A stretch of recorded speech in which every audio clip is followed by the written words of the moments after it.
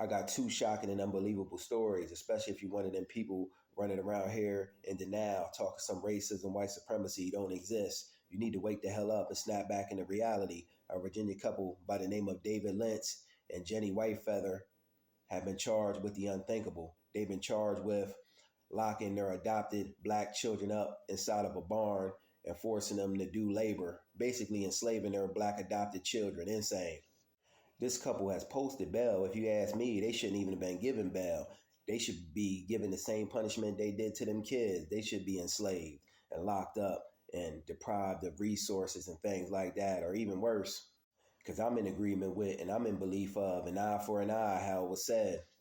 And I guess from what I could gather, one of the neighbors called and requested a welfare check be done on the kids. And when the authorities got there, they found the kids in the back of the house in a barn, some barn that didn't even have running water, didn't even have no toilets, maybe a little porta potty or something like that. They didn't have no food in there. They was locked up in deplorable living conditions. They smelled, they reeked. I guess they had sores and everything on their feet. Insane.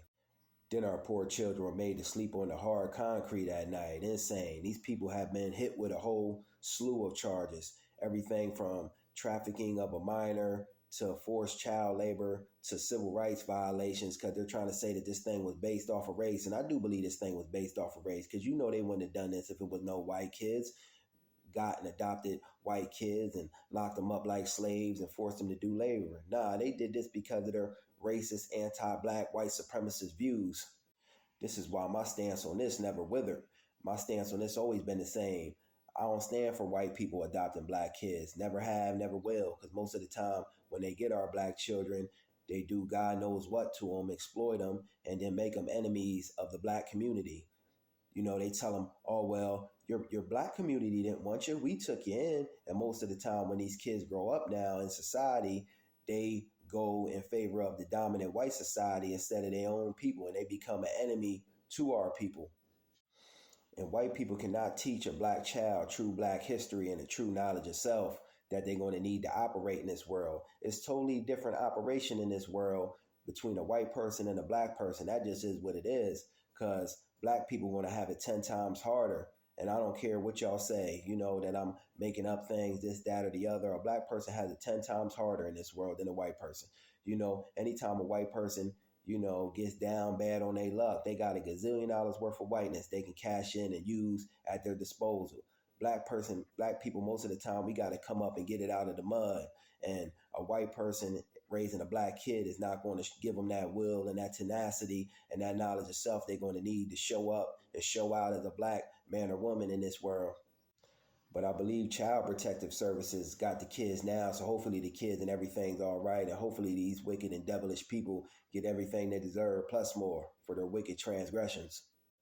And another thing I forgot to add, one more thing I forgot to mention, is that we in the black community got to start adopting these black kids, especially if we got the means to be able to do so, because ain't no way in hell these white folks should be running around here adopting black kids in these large numbers how they're doing, because that's our duty as the black community. We got to start getting these black kids and then raising them up with a black knowledge of self to show them how to navigate and show up in this world how they're going to need to navigate it. All right, moving right along. Sundown Town still around in 2024. What? Sounds like something far-fetched and hard to believe. This sister said that there is, and I'm in agreement with her.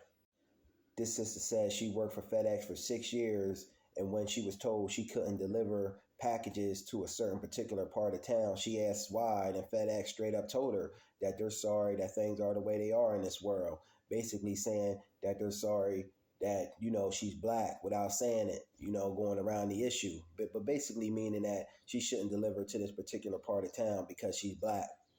This sister even said she went into, I guess, this particular part of town or some other town, and when she got to the Walmart that she was going to, when she got into Walmart, all eyes were on her, like the Tupac album. She said that, you know, these people were just looking at her as if to say, Negro, you supposed to be over there in the color Walmart, like it was years ago during segregation. Insane. Goes to show you, family, we not that far removed from these racial tensions that plague the world. So never let no one tell you racism, white supremacy don't exist. It's the dominating force in this world, which controls the world and how everything operates in this world off of white supremacy. But we got to be aware that there's white supremacy. We got to know that there's white supremacy so we can play off of it and pivot and counteract it when these kind of things come up in life, so we ain't in denial and just totally shocked by things. But be aware, my people, because to be aware is to be alive. Just my thoughts on the matter. Peace.